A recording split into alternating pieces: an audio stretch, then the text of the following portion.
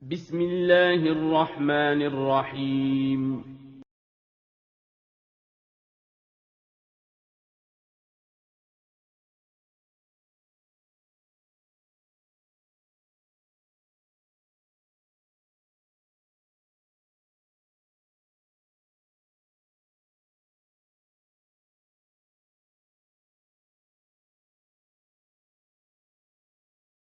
Bismillahirrahmanirrahim.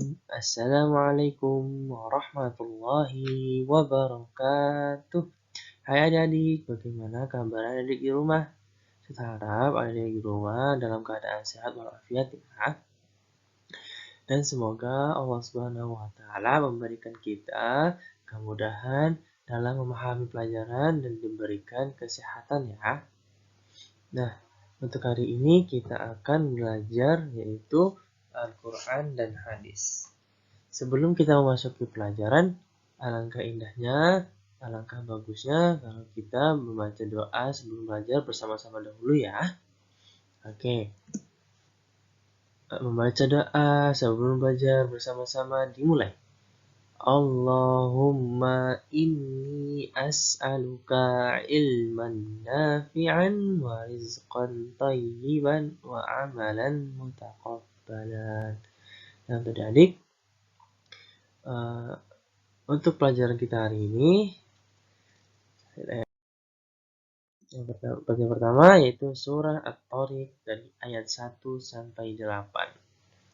Kenapa hanya dari ayat 1 sampai 8? Karena Ustadz mengira insya Allah untuk pertemuan pertama kali kita ini, kita di surah At-Tariq ini kita bagi dua ya. Yang pertama di surah At-Tariq ayat 1 sampai 8 agar adik-adik lebih mudah memahaminya. Dan sebelum kita memasuki pelajaran, di sini ada yang disebut dengan kompetensi dasar. Apa saja kompetensi dasar tersebut? Yaitu kompetensi dasar. Yang pertama, melafalkan surah At-Tariq dengan benar. Jadi dalam pelajaran hari ini, insya Allah setelah adik-adik belajar, adik-adik akan mendapatkan mampu melafazkan surah At-Tariq dengan benar ya. Dan yang kedua ada menghafalkan surah At-Tariq.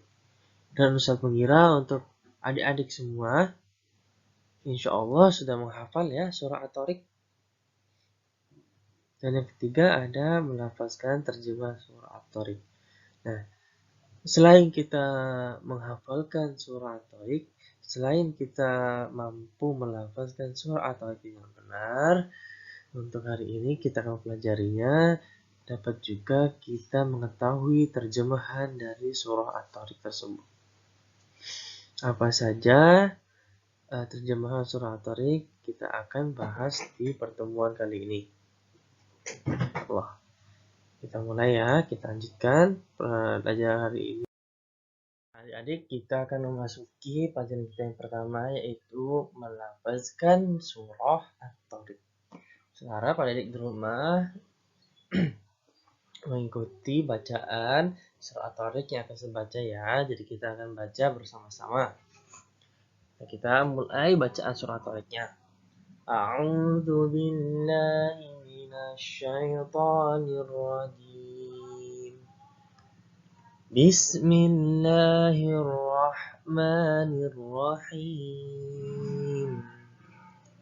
Was-samaa'i wat-tariq. Wa ma adraka mat-tariq. An-najmus saqib. In kullu nafsin lamma 'alaiha hafiz. Nah, cukup dulu ya adik-adik, kita cukupkan dulu di ayat keempat. Sekarang pada adik di rumah mengikuti juga ya bacaan surah At-Tariq dari ayat 1 sampai 4 yang tadi. Dan kita lanjutkan lagi yaitu ke terjemahan dari surah At-Tariq tersebut. Apa yang terjemahan dari ayat pertama yaitu demi langit dan yang datang pada malam hari. Nah, Allah Ta'ala di sini bersumpah kepada makhluknya yaitu langit dan yang datang pada malam hari.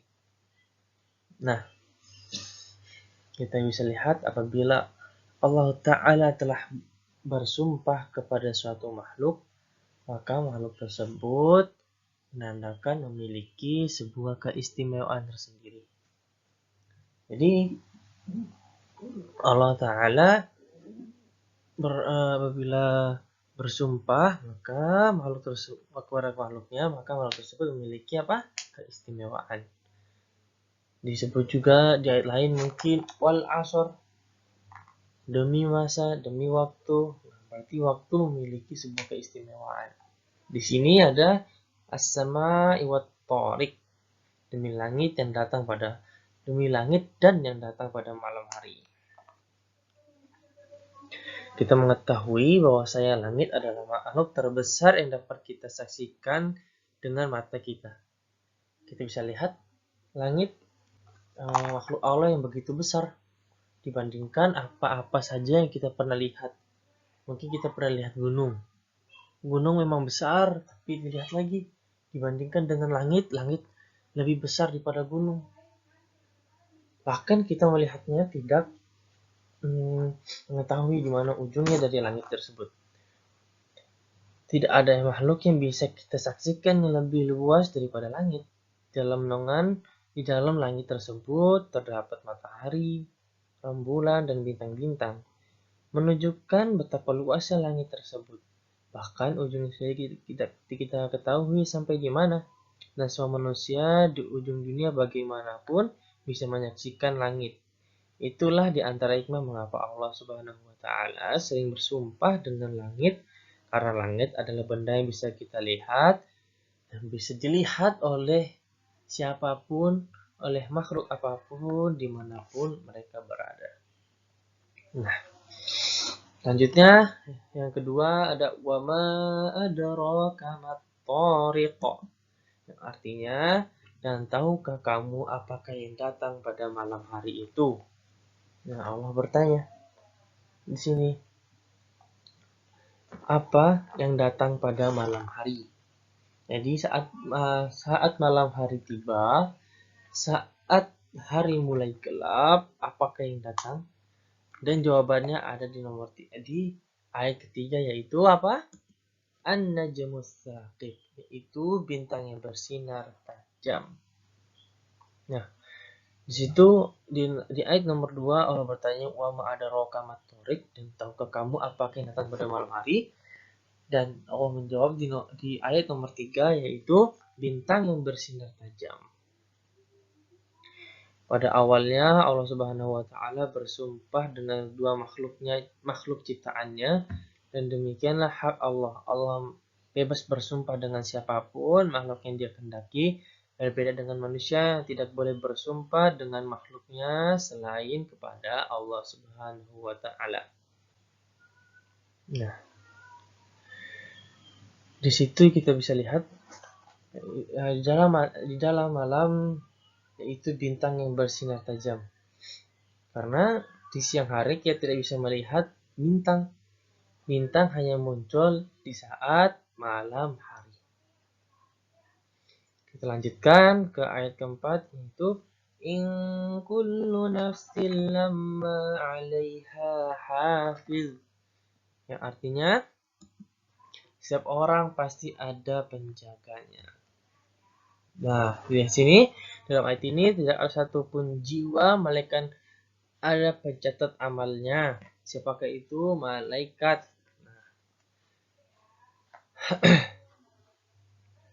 Bahwasanya setiap makhluk hidup, setiap manusia ada yang mencatat amal-amalnya mereka, amal baik maupun amal yang buruk.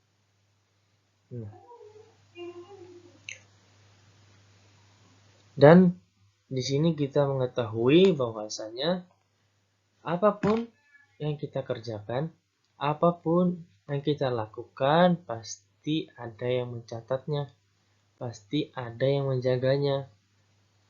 Nah, jadi untuk adik-adik, semua perbuatan buruk kita pasti tercatat. Maupun perbuatan buruk yang kita lakukan secara terang-terangan ataupun secara sembunyi-sembunyi atau tidak diketahui oleh orang lain. Nah, maka oleh karena itu berhati-hati untuk adik-adik, jangan sekali-sekali untuk melakukan dosa. Karena setiap dosa yang kita lakukan walaupun kecil sampai besar semua tercatat dan akan kita tanggung di akhir akhirat. Maka apabila kita telah melakukan dosa, segeralah kita bertaubat. Kita lanjutkan lagi ke ayat berikutnya. Kita baca ya dari ayat 5 sampai 8. A'udzu billahi minasyaitonir rajim.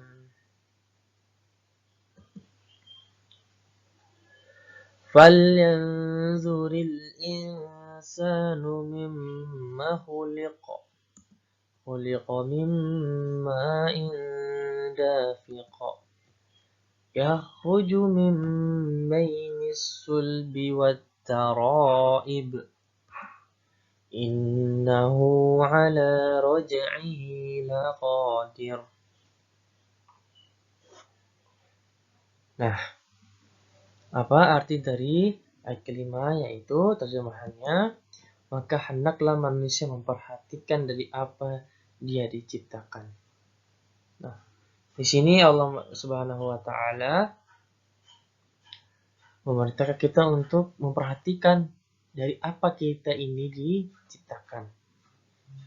Dengan kita mengetahui dari apa kita diciptakan, maka kita bisa menilai kita, apakah kita boleh sombong atau tidak.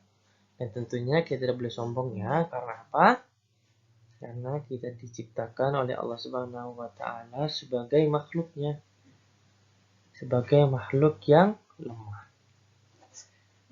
Lanjutkan kita ke ayat 6. Khuliqa min ma'in dafiq. Di sini Allah taala memberitahu kita dari apa kita diciptakan. Apa artinya? Dia diciptakan dari air mani yang terpancar. Jadi sebenarnya kita adalah makhluk yang lemah dan makhluk yang hina. Karena kita hanya diciptakan dari air mani yang terpancar. Nah, mungkin nanti adik-adik tahu apakah air mani itu maksudnya apa. Nanti insya Allah adik-adik mempelajarinya ya.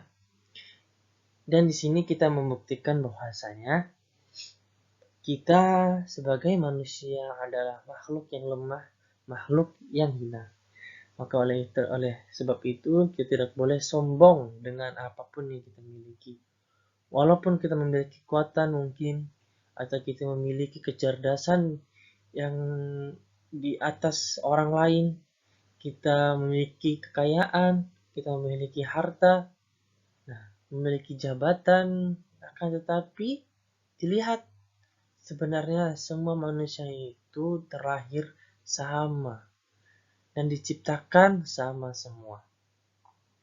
Jadi kita tidak boleh sombong dengan apapun yang kita miliki. Lanjutkan kita di ayat 7. A'udzubillahi minasyaitonirrajim. Yakhruju min bainis sulbi wat tara'ib. Di sini menjelaskan dari mana air mani itu tersebut.